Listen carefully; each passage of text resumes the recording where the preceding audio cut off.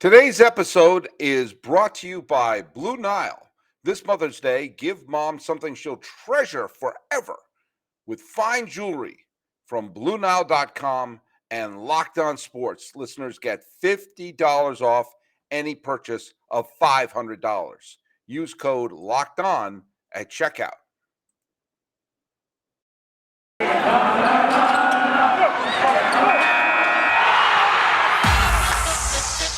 You are Locked On MLB, your daily MLB podcast, part of the Locked On Podcast Network, your team every day. Hello, baseball fans. Welcome to Locked On MLB, part of the Locked On Podcast Network, where it's your team every day. This is the daily podcast. We talk about all of Major League Baseball. I'm your host, Paul Francis Sullivan. If you can read my lower third, you know you can call me Sully. Today's episode is being dropped on the 27th day of April, 2022. Thanks so much for making us your first listen, as we're available for free on all your free podcasting catchers. You can follow us on Twitter at Locked On MLB Pods. Same handle for Instagram. And you can follow me. I'm your pal Sully. I'm at Sully Baseball on Twitter, Sully Baseball Podcast on Instagram. Well, today's show, we have yet another crossover. And we're doing with someone who's brand new friend to the show, and someone who's not been part of the Locked On Podcast Network for that long. But he has it's going to be the fun task, because whatever happens this year, this team's going to be fun to watch. And it's a team that, has a little soft spot in my heart. I've always had a soft spot in my heart for this club. And this particular incarnation of the team is no different. I'm talking about the Philadelphia Phillies. And my guest today is the new host of Locked On Phillies. Let's bring him aboard. Hey, it's Connor Thomas. How you doing, man? Hey, Sully, I'm doing great. How about yourself? I'm all right. I'm sitting here. I'm doing another episode from my classroom. So I'm going to take you to school, young man. Sounds great. There's a pop quiz here. Whereabouts, if I were to go over there to my globe that I have here in my classroom, and I take one of these pins I have over here, and I put a pin in the globe exactly where you are, where would that pin be? It'd be easy to find. It'd be in the great city of Philadelphia right now, in South Philly. All right. Well, I was about to sing some of the songs from 1776, but I don't want to get the Locked On Podcast Network in trouble with copyright infringement. First of all, I'm a big Revolutionary War buff. Native New Englander, and I love reading about the American Revolution. So, especially after college, I got into a huge Revolutionary War kick. Read Page Adams' John Adams novel, Page Smith's John Adams novel. All these, I couldn't get enough, couldn't shove enough Revolutionary War stuff into my brain. And so when I went down to Philly to Independence Hall, that was me going to Disneyland. That to me, I just loved. I had goosebumps knowing that this is where not just the Declaration of Independence, but also the Constitution was ratified. This is where Franklin and Jefferson and Adams and Sherman and Livingston were banging out the Declaration of Independence and all this stuff. And I was humming the score from 1776 as I was walking around the place. So I love Philadelphia. It isn't just because of Rocky. It isn't just because of 12 Monkeys. It isn't just because of 1776. But I love it there. So I'm a little bit older than you. You probably are too young to remember the Mike Schmidt, Steve Carlton glory days. Am I correct on that? Yeah, that's a little bit before my time. Just missed them. Mm-hmm. Okay. Well, that's it for Locked On MLB. It's good talking with you. But I'm assuming you were there for the Utley, Howard, Hamels glory years. So that was my childhood baseball team, was really that Utley, Howard, and Rollins core. Right. Cole Hamels sprinkled in there and the four aces at the end. So, yeah, I grew up on those guys. Yeah. Well, and briefly, my favorite player of all time played for them. That would be Pedro Martinez, but he was no longer Pedro the Great when he was there. That's an interesting team in terms of Philadelphia lore. I remember I was doing an iteration. This wasn't Locked On MLB. It was with the show Sully Baseball I had before it. I did Locked On MLB. And during that 2011 season, I had a couple of big-time Philly fans, including the writer Michael Ferraro, and we were talking a lot, and I was saying, if this Phillies team, and that was the year where they had both Lee and Halladay. Because remember, Lee was not part of the 2010 team, and Halladay was not part of the 2009 team. But they had Lee and Halladay and Hamels and Roy Oswalt as well. Roy Oswalt. And they also, they still had Utley, and they still had Howard, and they still had Ruiz, and they still, they still had the core of that team together.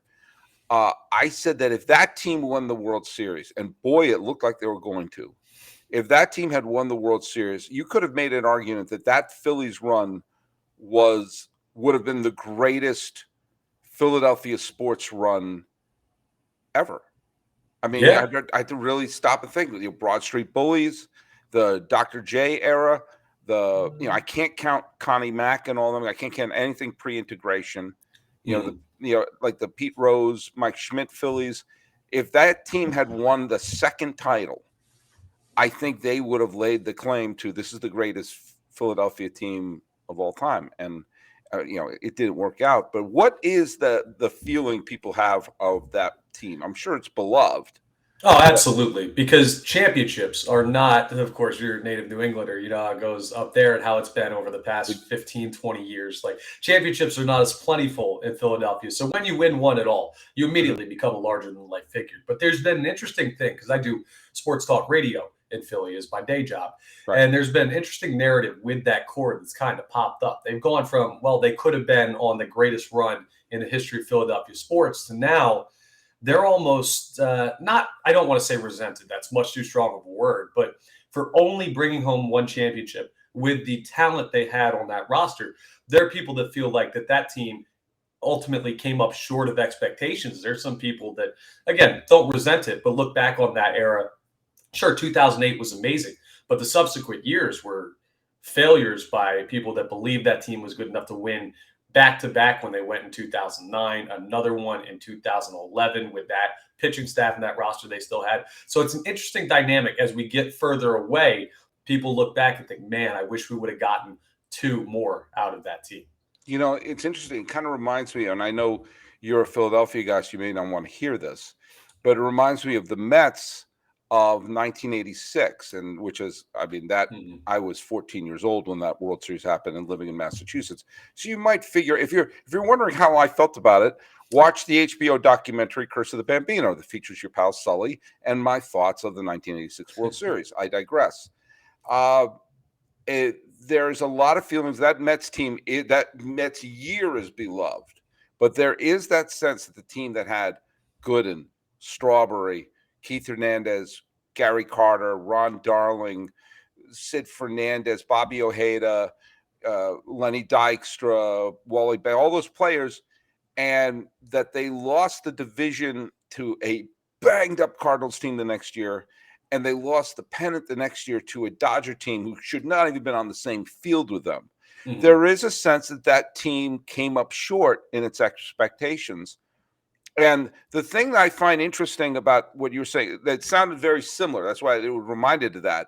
The thing that I find interesting about what happened with the Phillies team is they weren't expected to win that year in 08. No, they weren't. The Cubs were.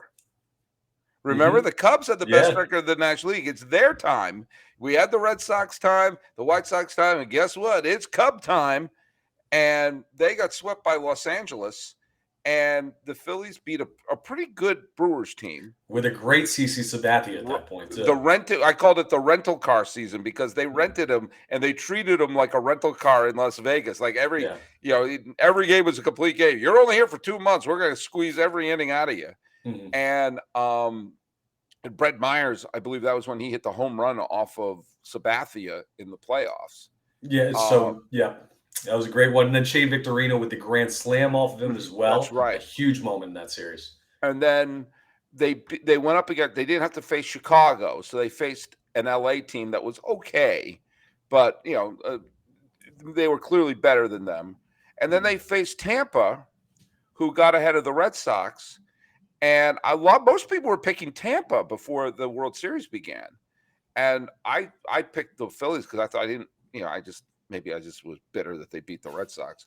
But the team they weren't expecting to win won. Mm-hmm. And then the years that they were expected to win, they came up short. They lost to that Yankee team. Of course, if they had won that game 4, I think they probably would have won the World Series. I think 2010 was a bit of a wash because that Giants team that won had the pitching staff that matched up with the Phillies pitching staff. Right. My father, may rest in peace, was so in love with that. He was a San Francisco Giant fan till the end, and I don't think Phillies fans should kick themselves over that one because that was Lincecum, Kane, Bumgarner. I mean, like that matched up with them. But losing to that Cardinal team in 2011, it was. I keep thinking they won the first game and they were up like 5-1 or something in game 2, and I remember thinking they're going to win this series in 2, and it's a best of 5. It's good. It felt like that. And I think everybody in Philadelphia still has nightmares of Ryan Howard laying just slightly up the first base line, clutching the back of his leg with the Achilles injury. It just felt like it was silent in that ballpark. I don't know how to explain what happened. 1-0 as well. Like in that closeout game, how do you not score a run with that type of pitching performance you got? Yeah. And of course they didn't have a winning season until last year. I mean, there was no metaphor for a team I've ever seen in my life that Ryan Howard collapsing at home plate and then the Phillies falling into obscurity. But I have to say though, and there are similar things that people say about the Atlanta Braves going on that great run. They only won that one World Series. Earl Weaver only won that one World Series. Billy Martin only won that one World Series. But I kind of have to take issue to that. Because especially in this day and age, when you have to go through 3 rounds, I don't 100% adhere to the mentality that it's a total crapshoot. I think you have to have a team that's designed to play 162 games, and then once you get there, you have to mix and match. There seems to be ways you can win, especially if you have a deep bullpen. But the fact of the matter is that a bounce here or a bounce there against New York, a bounce here or a bounce there against St. Louis, and they're going to the World Series again. I mean, I have a hard time taking them to task for not winning more than one because the deck is so stacked against them. And you're a Phillies fan. Thank God you're not like the way the Indians were in the 90s, where they had a great team year in and year out, and they never won it once. Absolutely. And that's why when I brought it up, I kind of said lately there's become this narrative. So what I think it really is the descent that they had after that run. Some teams, like you look at like the St. Louis Cardinals, who they're just constantly, they'll have better teams than other years every once in a while. You know how it goes. Like sometimes they're up, but they're never quite all that way down. They followed up that era of incredible success that built a generation of baseball fans like myself, like my generation. And then they went through the slow descent of World Series, NLCS, NLDS, no playoffs, and just full down into the gutter. And I think that 10-year playoff drought that we're currently in the midst of has created that narrative where now there's that generation that fell in love with that team is somewhat bitter with Phillies baseball because of the failures of what Ruben Amaro did down the stretch at the end of that roster, trying to keep guys there too long. A lot of people felt that the Matt Klentak era in the more recent years where you have a couple years of just terrible drafting, a depletion of a farm system. So I think that narrative is kind of more of what's happened since that era of baseball. I'm thinking, man, it would have been easier to get through these past 10 years if they had won 1 or 2 more. Well, one of the things, though, and Phillies fans have to be reminded of this, is that they got that ring. They got that ring, and it is a special moment in that team's life and in those fans' life that is expressed with jewelry. And if you want to express life special moments with jewelry, let me recommend you go to BlueNile.com. Whether it's everyday fine jewelry like cocktail rings, tennis bracelet, or a beautiful wedding ring or band, BlueNile.com has you covered. They're the original online jeweler. Since 1999, they've been helping millions of couples create their perfect engagement ring. BlueNile.com offers expert advice 24/7 with legendary service and 30-day returns. When you commit to a piece, so does BlueNile.com. They have guaranteed service and repair for life and the diamond price guarantee. Contact Blue Nile to compare a competitor's diamond against one of Blue Nile's. And in most cases, it'll be matched, maybe even beaten. Okay? And for the most part, Blue Nile can deliver overnight. Orders are insured and arrives in a discreet package, so it won't give away what's inside. Now, you got to think about the call to order, which is somewhere here. Hey, here it is. This Mother's Day, give mom something she'll treasure forever with fine jewelry from BlueNile.com. And Locked On MLB listeners will get $50 off any purchase of $500 or more. This podcast exclusive is good through Mother's Day. Use code Locked On. That's code Locked On. Plus, every order is insured, ships free, discreet packaging. Boom. Shop stress-free and find your forever peace. Go to BlueNile.com. Thanks for making Locked On MLB your first listen. Your second listen, that better be Locked On Phillies. For your next listen, check out the Locked On Now podcast. Recaps of MLB games with analysis from our local experts, taking fans through the season like no other network. Free and available wherever you get your podcasts. I stumbled through that like Ryan Howard falling in a heap. But that was a great lead-in. The great lead-in to the ad was what carried it. That was like Ryan Madsen setting up Brad Lidge back in the day. It was a beautiful thing. Yeah, and I didn't serve one up the pool holes. Let me tell you, by the way, I'm convinced that Brad Lidge made a deal with the devil. Oh, absolutely. How do you go perfect that year? And then it was crazy. It was crazy. But hey, speaking of deals with the devil, let's talk about the Philadelphia Phillies. Look, it's way too early. It's way too early to get, I think, angry about anything. And I think that the track record that both Dombrowski and Girardi have should make people say, hey, let's not go bananas here, even though the Phillies, who are playing right now against, as we're recording this, are playing against the Colorado Rockies. So neither you nor I know what's going to happen in that game. That being said, best case scenario, they're going to be 8-10. Worst case scenario, they're going to be 7-11. Get a Slurpee. Not a sponsor of the Locked On Podcast Network. But yeah, they're off to a crummy start. And one reason they're off to a crummy start is Zack Wheeler has stunk. When you have your ace stink, that sort of thing happens. We saw Nola pitched well. Gibson had at least one really good game. I think that and Knebel and Hand have been pretty good out of the bullpen so far. So, Harper has not been great, but he's driving in a lot of runs, which I know I'm not supposed to pay attention to, but that does help you win games. Obviously we remember what happened with the Phillies last year, that they briefly were the team in first to take away the division from the Mets until they decided that it was probably best to have the Atlanta Braves win it. But I think this team, this is a flawed division. I think the Mets are off to a great start. The last time they went off to a great start was last year. And I think this is the team that could contend for the division or maybe one of the wild card spots if everything comes together. What's the mood there in Philadelphia for the team? Obviously, they can't be thrilled with how they've started it, but they haven't hit the panic button yet, have they? You know what? Some people are reaching for it already. And part of that is just the nature of Philadelphia sports fan. You're a New Englander. You're a Northeast guy. You know how it is here. It's a lot more tense as far as a fan base is concerned. And when you come in with this expectation, you go into the luxury tax for the first time in Phillies history, and you spend on guys like Nick Castellanos and Kyle Schwarber to come in. The expectations are, okay, we're all in. That playoff drought ends this year. And so they immediately come under a microscope for probably the first month of the season. And then as the summer rolls around, people settle in, people start, it'll be the dog days of summer, a lot less tense, and they'll allow the team to develop more. But it's that first couple weeks microscope coupled with you lose 4 of your first 5 series on the year after going out and spending that money. And the main thing people are pointing to is Joe Girardi.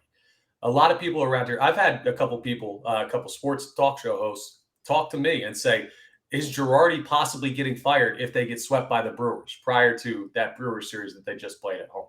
Right. Which is a crazy thought, being that was the 5th series of the year. But it's what people are saying here. I don't think it's going to happen. I think that's very hasty. But it's just that early season microscope for a team that hasn't had a lot of success recently. And now you feel like you're close. So every failure, every lost series feels a little bit bigger in the minds of fans. So they're certainly zoned in on this team. And it's impatience because of the time that they've already spent over the past decade of Phillies baseball missing the playoffs. It's like, this has to be the year, or I don't know what's going to happen. Even though, of course, last year had to be the year, and the year before that had to be the year. So this fan base will keep coming back. It's a passionate baseball town, but right now the microscope's certainly on them. And there's a feeling, like I said, of impatience around here. Well, and I think there's a couple of things that probably adds to the impatience. The fact that the Mets are off to such a great start, For sure. that it's the Mets. If it was the Marlins, then I think maybe it would be less of a stick in the eye. But the fact that it's the Mets off to this great start, and I'm talking to a lot of Mets fans. I know a lot of Met fans. Please don't judge me, but I know a lot of Met fans who feel, because of what happened last year, that they were in first place for about 2/3 of the season, more than 2/3 of the season, and they finished the season with a losing record, a sub 500 record, despite being in first place and with virtually no competition for the first 2/3 of the season, and that the team that leapfrogged them got a parade, and they kind of look at that parade thinking that should have been us. I'm sure there's a little bit of that going on with the Phillies fans. The one thing I would say, or the many things I would say that would talk them off the ledge, is not just the fact that Girardi has a good track record. Dombrowski has a good track record.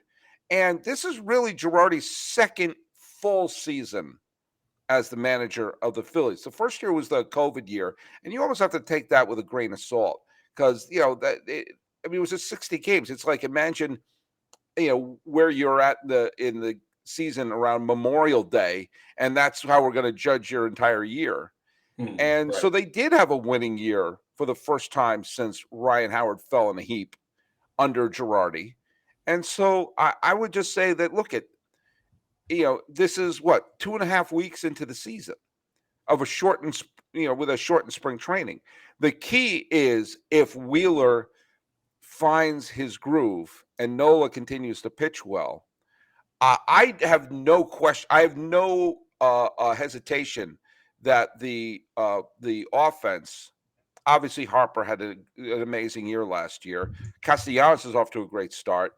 Schwarber's just going to be fun. Realmuto is going to hit. Hoskins is going to hit. Gregorius is going to hit. Bryson Stott didn't hit, but maybe he can come up and fix it. There's too much talent on this offense that if they pitch well, this is easily an 85, 86 win team. And if a ball bounces this way or that, who knows? That could be enough to get them in the playoff contention. I completely agree with you. And I think Zack Wheeler is going to come around. He had a shortened spring training because he had a bit of a shoulder issue. He got flu-like symptoms when he was getting ramped up to get ready for not starting opening day because of that shoulder issue, but for that first series. And of course, spring training shortened already this year because of everything going on with the lockout. So, and on top of that, last year in his Cy Young runner-up season, he was rode heavy by this team. A lot of innings, a lot of workload. So it's something that I think it's just going to take him a little bit more time to work in. I don't doubt the ability. I just think it's a slower start for him. And I'm fine with that because this offense has had its dips and the bullpen is not where we thought it was going to be, even though you didn't think it was going to be a great bullpen. They've shown but think of where they were a couple of years. They were the worst in the history. They were the worst in the history of baseball. Man. So let's just talk about what we're dealing here. We're like, oh, this is not a great bullpen. It was horrific. It was Stephen King level horrifying before. It was. But what I'm looking at is you bring in these guys, and I don't think they're bad, but they had just a couple days ago the worst ERA in baseball as far as the bullpen's concerned. They're not that bad, is what I'm saying. They're going to be middle of the road, and that's going to be a significant improvement over what they've had in past years. Mediocre is better than terrible. Absolutely. Is better than yikes. And they've had yikes. I mean, think about so many of those series that just got away from the Phillies in the last couple of years where, if their bullpen was even adequate, like last year, if their bullpen was adequate, they may have won 90 games. Absolutely. 2020, they win the division. Exactly. Yeah. In the COVID season, right. They would have won it. So I think, I don't know. I think, sometimes I have an interesting perspective. I'm going to dip this lockdown philosophy here. I have an interesting perspective on East Coast baseball now that I live on the West Coast. And and don't get me wrong, I lived up in the Bay Area when the Giants were winning those World Series. And I live here now. I was here for the Dodgers series, and fans. I mean, the Dodgers were one of the biggest draws in all of baseball, and they got. I was just there a couple of weeks ago. There's 50,000 people there. They draw millions of people, and guess what? Angels do too. Guess what? The Giants draw like crazy too. There are super passionate fans who love their baseball, and it's not insane. And I've been able to sort of, as a sociologist, take a look back with a couple of mountain ranges in between 3,000 miles to look at how the Northeasterners talk about baseball. And I see some of the insanity of it. And I know when I was there, I was as guilty as anybody. But the knee-jerk reaction to every tiny pitfall, whether you're in Boston, New York, Philadelphia, wherever, you sit there and go like, would you let the 162 game season unfold? You're totally right. You're totally right. And here's what the comment has. Well, I just say you're a call-in radio guy, so yes. I mean, you're like, I'm watching it from afar. You're in the microscope, looking at the amoeba sort of going around there. I hear from hundreds of people every day who call in and want to fire this coach and want to move on from this player. Part of it, I think, is because, at least in Philadelphia, it's such a football-centric fan base. Even though they love their baseball, it's always an Eagles town. So when you look at that, you look at a 16, now a 17-game season for the NFL, and every loss feels magnified. And that's what people in this area grow up on. So when they look at losses in other sports, it happens with the Sixers and the Flyers as well. Not quite as lengthy as the MLB season, but still 82 games. Mm-hmm. And every game feels like you're hitting the nuclear panic button because they're used to one game impacting so much with the Eagles. So it does take over the mentality and how people are raised as sports fans, at least in Philly. And then the Northeast just naturally. Just a tenser, faster pace. You got to get everything done quickly. So when you're off to the slow start, it affects people more up here. So it's certainly the case. And I have to fight it myself, being in the Northeast my whole life. And even though I know I've seen baseball seasons over and over and over again, I know it doesn't matter until June, July, and you can see teams in last place at that point at the All-Star break. They'll come back, get in, and find a way to win a World Series. But it's hard to fight against that nature of just this area and how fans are brought up and how they react to even losing an early season series to the Milwaukee Brewers or the Colorado Rockies. It's funny. Like I'm not a huge football fan. I don't dislike football. I just don't follow it. I got you. And I didn't grow up in a big football house. When I grew up in the suburbs of Boston, the Patriots stunk. Yeah. There was the Steve Grogan that one year they went to the Super Bowl and they got clobbered. But most of the time, and they played way out in Foxborough, this nasty aluminum stadium. And this was the era of Larry Bird and all them. So obviously everyone was cheering for the Celtics. But we were a big baseball house. Right. And so I understood, especially watching, there was a bunch of years where it was, I found out the opposite, that the Red Sox would get off to this super hot start. And I'm thinking, oh, wow, here we go. And then they would fade, and then the Orioles or the Tigers or the Yankees, whoever would wind up going to the playoffs. And because I grew up, I kind of maybe have a different point of view of following a sports team and understanding that it's like tides. And there's, the best teams, like, the 1998 Yankees lost 45 games or something like that. I mean, it's going to happen. But also, if I grew up on football, you're right. A two-game losing streak, when you have only 16 games, compare that to 162 games in baseball. A 2-game losing streak in football is like a 20-game losing streak in baseball. Right. Like, imagine you woke up and we lost the last 2 games. Oh, okay. Well, you're going to play tomorrow. But if you lost 20 straight games in baseball, like, what the hell is going on here? Yeah, that's fire everybody territory. But then again, if you can go back-to-back wins, then you're the Moneyball A's. So I mean, it's you're right. That is a mentality, and I'll just say, just for my own self, that's one of the reasons why I love baseball. You could have this, like the Mets and the Cardinals played this unbelievably exciting game on Monday evening, And it was a great pitchers matchup. There was heroics. There was weird errors. It was Bananaville. And guess what? They have to play the next day. Yep. And that's what I love. It's that comfort food. I go drive home from work. I'm going to listen to a ball game. Yeah, and they all count the same and everything like that. It's absolutely right. You brought up tides, though. In Philadelphia, often it feels like there aren't tides, they're tidal waves. It's just everything crashes down on you the time a game gets lost, even if it only matters for one of 162. It's a tough nature to be. But and I made this point this week, the two things that I will say that if you are I think it's more so in the American League than the National League this year, that it's going to be so bunched together that when you have a head-to-head matchup with one of your rivals, even if it's in April, you got to get those wins in. You got to at least pile those wins up so you're not trying to make up for them later. And the other thing is, when you're this early in the season, you're going to have games where you lose. You're going to have a couple of games where you get the doors blown off. And there's going to be some games that are going to be frustrating that you're like, you know what? We went up against a great pitching staff. Tip your hat. That happened to the Red Sox the other day when they were no hit through 9 innings and they wound up losing an extra. You kind of got to tip your hat, go like, look, they just were great. What you want to avoid are dumb losses. Just those losses like you made mistakes, a mental error, you brought in the wrong pitcher, someone made a base running blunder, because those are the games when you go back, you're like, we missed the playoffs by 1 game, and you look back, and remember that game, the guy ran through the stop sign? We could have won that game. You try to don't lose the dumb games. Yeah, and the Phillies haven't had any dumb losses yet this year, in my opinion. They've had games where the offense is slumped. They've had games where they've had bad starting pitching performances. They've had games where the bullpen just didn't show up when you needed them to.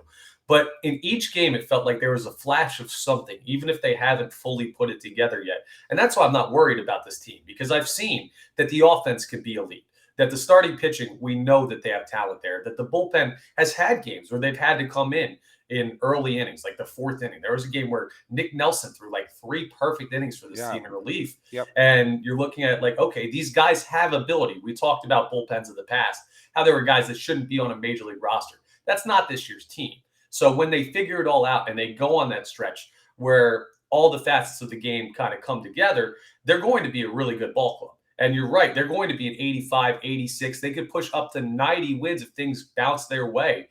So I'm not worried about them. It's just when you see the offense slump and you pay this amount of money, the average fan sees that and they think, well, I was told they were supposed to hit 8 home runs a game, and now I'm going to panic because they just got shut out.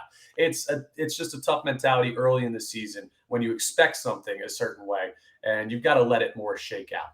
Well, what I got to say to some of those fans who are like hitting the panic button based upon how things are going when we're less than 20 games in the season is just remember that, Wheeler is a legitimate Cy Young contender when healthy. If he gets himself going and Nola gets himself going, Harper's going to start to hit. Schwarber's going to at least be hitting a few moonshots out of there. Then, it's just going to be an easy bet to say that the Phillies are going to be a winning season. They're going to have a winning season for their fans and are going to be exciting. If you're going to make any bets, go to BetOnline. BetOnline.net is your #1 source for all your betting stats and sports info. Find the latest sports developments, league reviews, and news, including this year's basketball playoffs and the start of the Major League Baseball season. BetOnline is your continued source for all your sporting wagering information, from live betting to playoffs, esports, and more. Head to the website today. Use your mobile device to learn more about the trends and actions. BetOnline is where the game starts. Crossing over with Connor Thomas. That sounded like crossing over with John Edwards. No, we're not doing that kind of crossing over. We're talking Phillies. So, Connor, you have memories of the Ryan Howard years and everything like that. One of my early childhood memories of the World Series was the 1980 World Series. I had a bunch of cousins who grew up in Wilmington, Delaware, and were huge Phillies fans. And so I didn't think the Red Sox were allowed to go to the playoffs when I was a kid. I used to think how it worked was they'd play 162 games, and at the end, the Phillies played the Dodgers and the Royals played the Yankees. Exactly. And it was like an invitation. And they were all huge Phillies fans. And so when they won the World Series, I was so happy for my cousins, and I used to pretend I was Tug McGraw. The first National League game I ever saw was a Phillies Mets game, and I got to see Schmidt, I got to see Pete Rose, and it was in the strike year of '81. Now I also went. I went to the Vet. I went to games at the Vet. Yeah, that was a place for sure. Yeah. Did you ever go? Was the Vet before your time, or was it always? No, I'd been to game at the Vets, but I was a young kid, and I always say that the Vet is where every kid in Philadelphia used to learn their 4-letter words, because that's what it was, the 700 level, and you'd be sitting up there, and every word in the book was getting thrown out. It was a hostile environment. The field was hard. The fans were harder. It was a crazy place. And I remember it a little bit as a kid being my introduction to Philadelphia sports. But really, my main time growing up was the bank. Yeah. I have to say a few things in defense of the Vet. The cookie cutter parks of St. Louis and Philadelphia and Cincinnati and Pittsburgh and Atlanta, they have been maligned and talked about like they all had to be knocked down. I wish they saved one of them. And the one I wish they saved was St. Louis, because St. Louis, there was so much history in that one that if it was the only one left, then it would be unique. And some of the new stadiums are all starting to look alike to me. So oddly, they've become a new cookie cutter. I mean, I can't tell the difference between the new Cardinal Stadium and the new stadium where the Nationals play. And I think there's no character in that stadium where the Rangers play, where they played the COVID World Series. Right. But I've not been to the bank. I've only been to the Vet. And the Vet seemed to the knock the cookie cutter parks got was they didn't have any character. And I say BS to that. The Vet did. The Vet felt like Philadelphia. Philadelphia, if you've not been to Philadelphia, it's, first of all, I mentioned before, I'm a Revolutionary War buff, so I mean it has the historic element. Philadelphia, watch Rocky, okay? Because I know you have. I'm talking about other people. Of course. There seems to be no rhyme or reason in Philadelphia. I'm in a nice neighborhood. I'm in a rough neighborhood. Oh, this place is really nice. Oh my God, I better run for my life. It just sort of like there's a lot of, that's why the movie Trading Places was so perfect. It was in Philadelphia, is that there's so many like kind of rundown areas right next to this really wealthy area, right next to another place. There's a toughness to Philadelphia and a rough around the edges part of Philadelphia that I thought the Vet kind of symbolized. The fact that they had a jail in the stadium, it was, you had to be a tough player to make it in Philadelphia. But if you made it in Philadelphia, it was amazing. And it partly was because, for me, I guess, I came of age as a sports fan, and Philadelphia had the Eagles made the playoffs. The Phillies won the World Series. Dr. J and Moses Malone were, leading the Sixers to the playoffs, and they won a title. And, Balboa just beat Clubber Lang. There was always a lot of Philadelphia was like a glamour place of champions. Yeah, well, 80 was kind of tough. Yeah, 80 had all of the teams go at least. So the Phillies won it, but the Sixers were in it. The Flyers were in it. The Eagles in it. And unfortunately, you lost 3 or 4, which is kind of the story of Philadelphia. But those were the days, and that kind of created what the Vet was, with the Eagles and the Phillies both playing there. No, you're absolutely right. And it collected the ethos of Philadelphia. I remember watching the Vet get knocked down from the Navy Yard here in Philadelphia, sitting on the top of my dad's truck because he worked in the Navy Yard, and seeing that building come down, even though I was young and it wasn't really as much part of my experience because I was a young kid. It's so revered still. And people kind of have not so much pushback because Citizens Bank Park is a beautiful park. Yeah, it looks one of the nice modern parks. It's a great place to watch a game, but they're still kind of, but it's not the 700 level. It's not the toughness. It's not what that generation was raised on. And you're right about just the ethos of the city and what the city's drawn to. It's a neighborhood, very like family feel, but it's one of those families that had 8 boys all in an order, and they all fight, and they're all getting playground scraps and everything like that. And even though they're family, they're all a little bit different and rough around the edge. It's what it feels like being here. And that's what the Vet embodied. And that's what fans here want these sports teams to embody. You want to be the tough player. And we care more about, almost to a fault in Philadelphia, the tough player over the talented player. Like one of the most talked about guys in this city's baseball history, Aaron Rowan, gets talked about like he was Babe Ruth because he ran into the center field fence once and broke his nose. Yeah. It's just like he wasn't a slouch player, but this city values toughness sometimes even over skill, and that's just the nature of Philadelphia. Yeah. But it's, they're in a weird place even geographically. It's like, Boston is like the insecure, smarter brother of New York. Mm-hmm. New York is the middle son who hit it big. Yep. Philadelphia is the tough brother who thinks he's as good as the other ones. Baltimore, man, we had such high hopes for you, Baltimore. And Washington is the adopted son who studied. But it's not bad. I just made that up. I was just trying to think about that's what the different city. They have very different personalities, and it comes through their sports team.